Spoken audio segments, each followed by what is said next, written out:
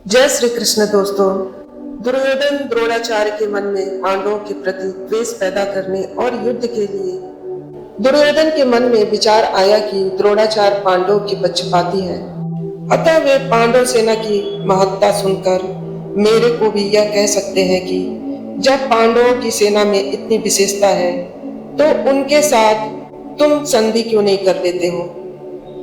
ऐसा विचार आते ही दुर्योधन आगे के 3 श्लोकों में अपनी सेना की विशेषता बताता है। अस्माक तु विशिष्टा ये तन्निबोध द्विजतम नायकामं सन्न्यास्य संज्ञार्थ ताम्रे विवंते। दुर्योधन द्रोणाचार्य से कहता है, हे द्विज श्रेष्ठ, जैसे पांडवों की सेना में श्रेष्ठ महारथी हैं, ऐसे ही मेरी सेना में भी उनसे कम विशेषता वाले महारथी नहीं हैं। अतः उनकी सेना के महारथियों की अपेक्षा ज्यादा ही विशेषता रखने वाले हैं। उनको भी आप जरा समझ लीजिए। यहाँ पे पांडवों की सेना तो सामने खड़ी है, इसलिए उनको देखने के लिए दुर्योधन देखिए क्रिया का प्रयोग करता है, परंतु अपनी सेना सामने नहीं है। अर्थात अपनी सेना की तरफ द्रोणाचार्य की पीठ है, इसलिए उनको देखने की बात न कहकर उन पर ध्यान देने के लिए ध्यान दीजिए का प्रयोग करता है। मेरी सेना में भी विशिष्ट सेनापति है, सेना नायक है, महारथी है। मैं उनके नाम केवल आपकी दृष्टि उधर खींचने के लिए कह रहा हूँ। हमारे बहुत से सेना नायक हैं, उनका नाम मैं कहाँ तक कहूँ, इसलिए मैं उनका केवल संकेत मात्र कहता हूँ, क्योंकि आप तो सबको जानते ही हैं। इस श्लोक में दुर्योधन का ऐसा भाव प्रतीत होता है कि हमारा पक्ष किसी भी तरह कमजोर नहीं है, परंतु राजनीति के अनुसार शत्रु पक्ष चाहे कितना भी कमजोर हो, कितना भी कमजोर क्यों न हो, अपना पक्ष चाहे कितना भी सबल हो, ऐसी अवस्था में शत्रु को कमजोर नहीं समझना चाहिए और अपने में उपेक्षा, उदासीनता आदि की भावना किंचित मात्र भी नहीं आने देना चाहिए। इसलिए सावधानी के लिए मैंने उनकी सेना की बात कही। इस श्लोक में दुर्योधन का कहने का ऐसा भाव था कि हमारा पक्ष किसी भी तरह कमजोर नहीं है, परंतु राजनीति के अनुसार शत्रु पक्ष चाहे कितना भी कमजोर हो और अपना पक्ष चाहे कितना भी सबल हो, ऐसी अवस्था में शत्रु पक्ष को कमजोर नहीं समझना चाहिए और अपने मन में उपेक्षा, उदासीनता आदि की भावना किंचित मात्र भी नहीं आने देना चाहिए।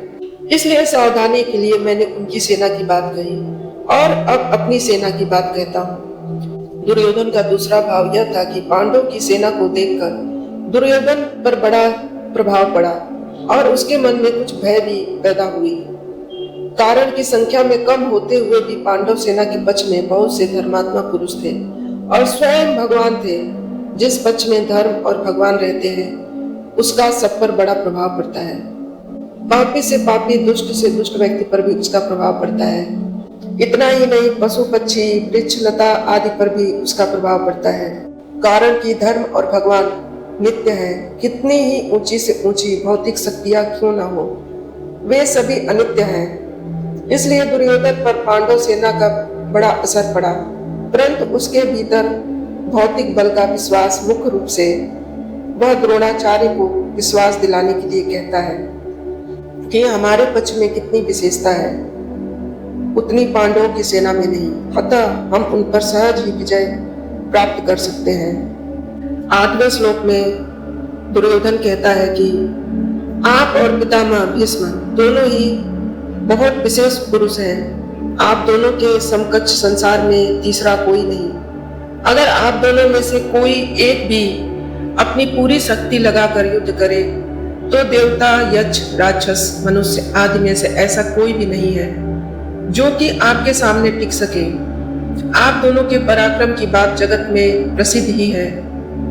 पितामह भीष्म तो अबाल ब्रह्मचारी है और उन्हें तो इच्छा मृत्यु का वरदान भी है। दूसरी तरफ कर्ण तो बहुत ही शूरवीर है।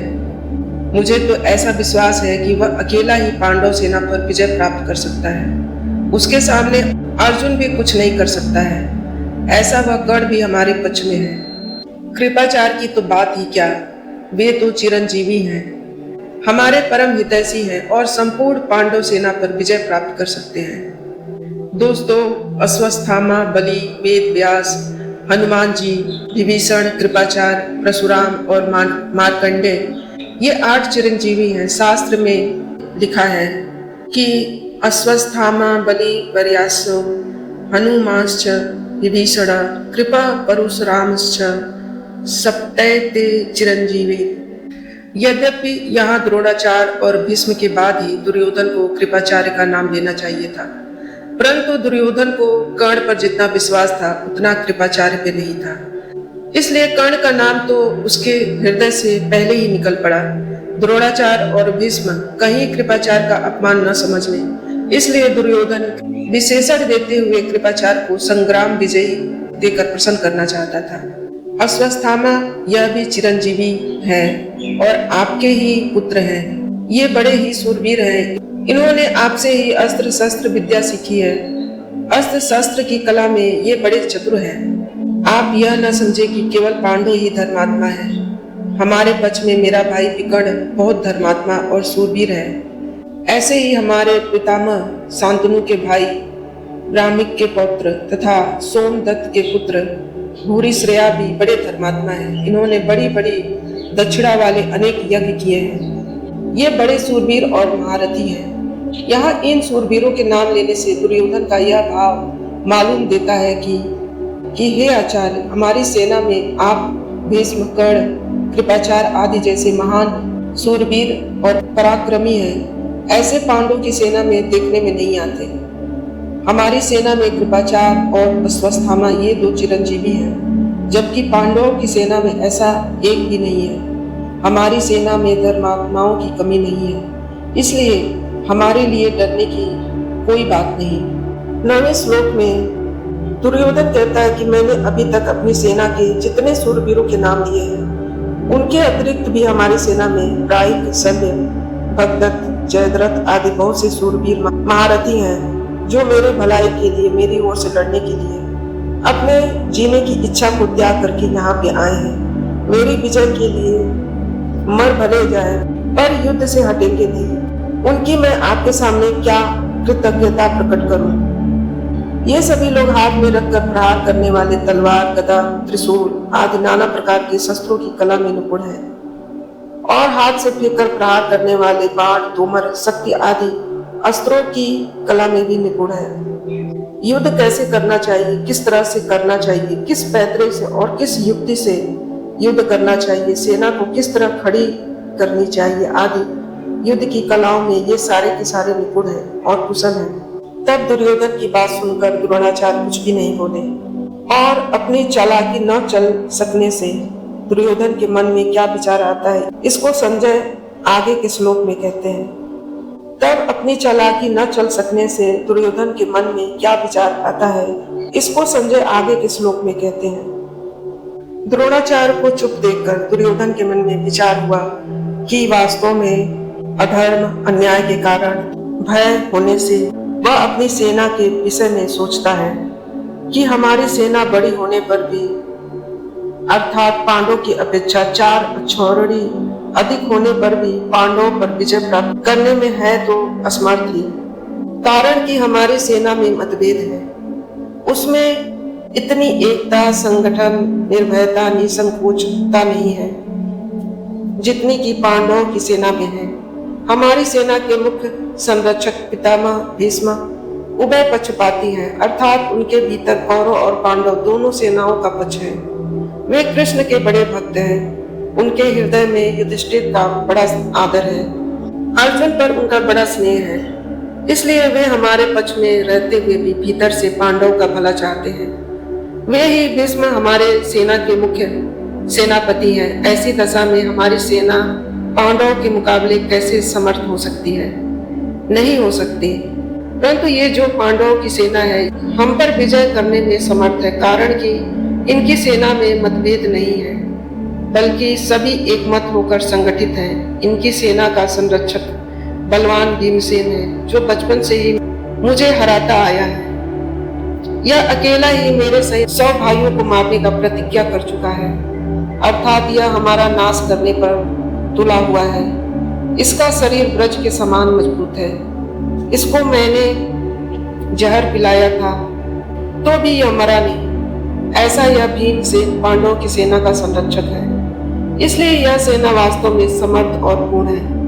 एक शंका यहाँ यह भी हो सकती है कि दुर्योधन ने अपनी सेना के संरक्षक के लिए भीष्म जी का नाम लिया, जो कि सेनापति के पद पर नियुक्त है, परंतु पांडव सेना के संरक्षक भीमसेन का नाम लिया, जो कि सेनापति नहीं है। इसका समाधान यह है कि दुर्योधन इस समय सेनापतियों की बात नहीं सोच रहा है, बल्कि दोनों सेनाओं की शक्ति के विषय में सोच रहा है कि किस सेना की शक्ति अधिक है। दुर्योधन पर आरंभ से ही भीम की शक्ति का अधिक प्रभाव पड़ा हुआ था, अतः वह पांडव सेना के संरक्षक के लिए भीम का ही नाम लेता था। अर्जुन कौरव सेना को देखकर किसी के पास न जाकर हाथ में धनुष उठाते हैं, पर दुर्योधन पांडव सेना को देखकर द्रोणाचार्य के पास जाता है और उनसे पांडवों की व्यूह रचना युक्त सेना को देखने के लिए कहता है। इससे सिद्ध होता है कि दुर्योधन के हृदय में भय बैठा हुआ है। भीतर में भय होने पर भी वह चालाकी से द्रोणाचार्य को प्रसन्न करना चाहता है, उनको पांडवों के विरुद्ध उकसाना चाहता है, कारण कि दुर्योधन के हृदय में अधर्म है, अन्याय है, पाप है। अन्यायी पापी व्यक्ति कभी निर्भय और सुख शांति से नहीं रह सकता। जब कौरवों की सेना के शंख आदि बजे तब उनके शब्द का पांडव सेना पर कुछ भी असर नहीं पड़ा, परंतु जब पांडव की सेना के शंख बजे तब उनके शब्द से दुर्योधन आदि के हृदय विदीर्ण हो गए। इससे सिद्ध होता है कि अधर्म अन्याय का पक्ष लेने के कारण दुर्योधन आदि के हृदय कमजोर हो गए थे और उनमें भय बैठा हुआ था। अन्यायी पापी व्यक्ति कभी निर्भय और सुख शांति से नहीं रह सकता, यह नियम है। परंतु अर्जुन के भीतर धर्म है, न्याय है, इसलिए अर्जुन के भीतर अपना स्वार्थ सिद्ध करने के लिए चालाकी नहीं है, भय नहीं है, किंतु उत्साह है, वीरता है। तभी तो वे वीरता में आकर सेना निरीक्षण करने के लिए भगवान को आज्ञा देते हैं कि हे अच्युत, दोनों सेनाओं के मध्य मेरे रथ को खड़ा कर दीजिए। यह नियम है, परंतु अर्जुन के भीतर धर्म है, न्याय है, इसलिए अर्जुन के भीतर अपना स्वार्थ सिद्ध करने के लिए चालाकी नहीं है, भय नहीं है, किंतु उत्साह है। तभी तो वे वीरता में आकर सेना निरीक्षण करने के लिए भगवान को आज्ञा देते हैं कि हे अच्युत, दोनों सेनाओं के मध्य मेरे रथ को खड़ा कर दीजिए। इसका तात्पर्य यह है कि जिसके भीतर नाशवान धन संपत्ति आदि का आश्रय है, आदर है, और जिसके भीतर अधर्म है, अन्याय है, दुर्भाव है, उसके भीतर वास्तविक बल नहीं होता। वह भीतर से खोखला होता है और वह कभी भी निर्भय नहीं होता। परंतु जिसके भीतर अपने धर्म का पालन है और भगवान का आश्रय है, वह कभी भी भयभीत नहीं होता, उसका बल सच्चा होता है, वह सदा निश्चिंत और निर्भय रहता है। अतः उसका अपना कल्याण चाहने वाले साधकों को अधर्म, अन्याय आदि का सर्वथा त्याग करके एकमात्र भगवान का आश्रय लेकर भगवत प्राप्ति हेतु अपने धर्म का अनुष्ठान करना चाहिए। भौतिक संपत्ति को महत्व देकर और संयोग जन्य सुख के प्रलोभन में फंसकर कभी अधर्म का आश्रय नहीं लेना चाहिए, क्योंकि इन दोनों से मनुष्य का कभी हित नहीं होता, बल्कि अहित ही होता है। क्योंकि अर्जुन ने अस्त्र शस्त्रों से सुसज्जित नारायणी सेना को छोड़कर निशस्त्र भगवान श्री कृष्ण को स्वीकार किया था और दुर्योधन ने भगवान को छोड़कर नारायणी सेना को स्वीकार किया था। तात्पर्य यह है कि अर्जुन की दृष्टि भगवान पर थी और दुर्योधन की दृष्टि वैभव पर थी। जिसकी दृष्टि भगवान पर होती है उसका हृदय बलवान होता है, क्योंकि बलवान का बल सच्चा है, परंतु जिसकी दृष्टि सांसारिक वैभव पर होती है उसका हृदय कमजोर होता है, क्योंकि संसार का बल कच्चा है। इसके बाद दुर्योधन पितामह भीष्म को प्रसन्न करने के लिए अपनी सेना के सभी महारथियों से कहता है कि जिन जिन मोर्चों पर आपकी नियुक्ति कर दी गई है, आप सभी योद्धा लोग उन्हीं मोर्चों पर दृढ़ता से स्थित रहते हुए भीष्म जी की सब ओर से रक्षा करें। यह कहकर दुर्योधन भीष्म जी को भीतर से अपने पक्ष में लाना चाहता है। ऐसा कहने का दूसरा भाव यह है कि जब भीष्म जी युद्ध करें तब किसी भी व्यूह द्वार से शिखंडी उनके सामने न आ जाए। इनका आप लोग ख्याल रखें। अगर शिखंडी उनके सामने आ जाएगा तो भीष्म जी उस पर शस्त्र नहीं चलाएंगे, कारण कि शिखंडी पहले जन्म में स्त्री था और इस जन्म में भी वह स्त्री था, पीछे पुरुष बना है। इसलिए भीष्म जी इसको स्त्री समझते हैं और उन्होंने शिखंडी से युद्ध न करने की प्रतिज्ञा कर रखी है। यह शिखंडी शंकर जी के वरदान से भीष्म जी को मारने के लिए पैदा हुआ है। अतः जब शिखंडी से भीष्म जी की रक्षा हो जाएगी तो फिर वे सबको मार देंगे, जिससे निश्चित ही हमारी विजय होगी। इस बात को लेकर दुर्योधन सभी महारथियों से भीष्म जी की रक्षा करने के लिए कह रहा है। यद्यपि दुर्योधन के हृदय में हर्ष होना शंख ध्वनि कारण है, इसलिए तब दुर्योधन को हर्षित करते हुए भीष्म जी ने शंख बजाया। कारण कि ऐसा कहकर संजय यह भाव प्रकट कर रहे हैं कि भीष्म पितामह शंख वादन क्रिया मात्र से दुर्योधन के हृदय में हर्ष उत्पन्न हो जाएगा। ऐसा कहकर संजय यह भाव प्रकट कर रहे हैं कि पितामह भीष्म की शंख वादन क्रिया से दुर्योधन के हृदय में हर्ष उत्पन्न हो ही जाएगा। भीष्म जी के इस प्रभाव को द्योतन करने के लिए ही संजय आगे प्रतापवान विशेषण देते हैं। भीष्म जी के त्याग का बड़ा प्रभाव था। वे कनक कामियों की त्यागी थे, अर्थात उन्होंने राज्य भी स्वीकार नहीं किया था और विवाह भी नहीं किया। भीष्म जी अस्त्र शस्त्र को चलाने में बड़े निपुण थे और शास्त्र के भी बड़े जानकार थे। उनके इन दोनों गुणों का भी लोगों पर बड़ा प्रभाव था। जब अकेले भीष्म अपने भाई विचित्र वीर के लिए काशी राज की कन्याओं को स्वयंवर से हर कर ला रहे थे, तब वहां स्वयंवर के लिए इकट्ठे हुए सब क्षत्रिय उन पर टूट पड़े, परंतु अकेले भीष्म जी ने उन सबको हरा दिया। जिनसे भीष्म अस्त्र शस्त्र की विद्या पढ़े थे, उन गुरु परशुराम जी के सामने भी उन्होंने अपनी हार स्वीकार नहीं की। इस प्रकार शस्त्र के विषय में उनका क्षत्रियों पर बड़ा प्रभाव था। जब भीष्म शय्या पर सोए थे, तब भगवान श्री कृष्ण ने धर्मराज से कहा कि आपको धर्म के विषय में कोई शंका हो तो भीष्म जी से पूछ ले, क्योंकि शास्त्र ज्ञान का सूर्य अस्तांचल को जा रहा है, अर्थात भीष्म जी इस लोक से जा रहे हैं। इस प्रकार शास्त्र के विषय में उनका बड़ा प्रभाव था। हमें इस पद का आशय से मालूम होता है कि दुर्योधन के द्वारा चालाकी से कही गई बातों पर द्रोणाचार्य ने कोई उत्तर नहीं दिया। उन्होंने यही समझा कि दुर्योधन चालाकी से मेरे को ठगना चाहता है, इसलिए वे चुप ही रहे। परंतु दादा होने के कारण भीष्म जी को दुर्योधन की चालाकी में उनका बचपना दिखता है। अतः पितामह भीष्म द्रोणाचार्य के समान चुप न रहकर वात्सल भाव के कारण दुर्योधन को हर्षित करते हुए शंख बजाते हैं। जैसे सिंह की गर्जना पर हाथी बड़े बड़े पशु भी भयभीत हो जाते हैं, ऐसे ही गर्जना वाले मात्र से सभी भयभीत हो जाए और दुर्योधन प्रसन्न हो जाए। इसी भाव से भीष्म जी ने सिंह के समान गरज कर जोर से शंख बजाया। दुर्योधन के साथ द्रोणाचार्य का विद्या का संबंध था और भीष्म का जन्म का अर्थात कौटुंबिक संबंध था। जहाँ विद्या का संबंध होता है वहाँ पक्षपात नहीं होता, और जहाँ कौटुंबिक संबंध होता है वहाँ स्नेहवश पक्षपात हो जाता है। अतः दुर्योधन के द्वारा चालाकी से कहे गए वचन सुनकर द्रोणाचार्य चुप रहे, जिससे दुर्योधन का उत्साह भंग हो गया। परंतु दुर्योधन को उदास देखकर भीष्म पितामह ने जोर से शंख बजाया। दोस्तों, अगर आपको यह वीडियो अच्छा लगता है तो प्लीज इसे शेयर और लाइक जरूर करें। साथ ही साथ इस चैनल को सब्सक्राइब करना ना भूलें। और अगर आपको कुछ भी कमी या अच्छा इस वीडियो में लगे तो कमेंट बॉक्स में जाकर अपने कमेंट जरूर लिखें। धन्यवाद। जय श्री कृष्ण, जय श्री राम।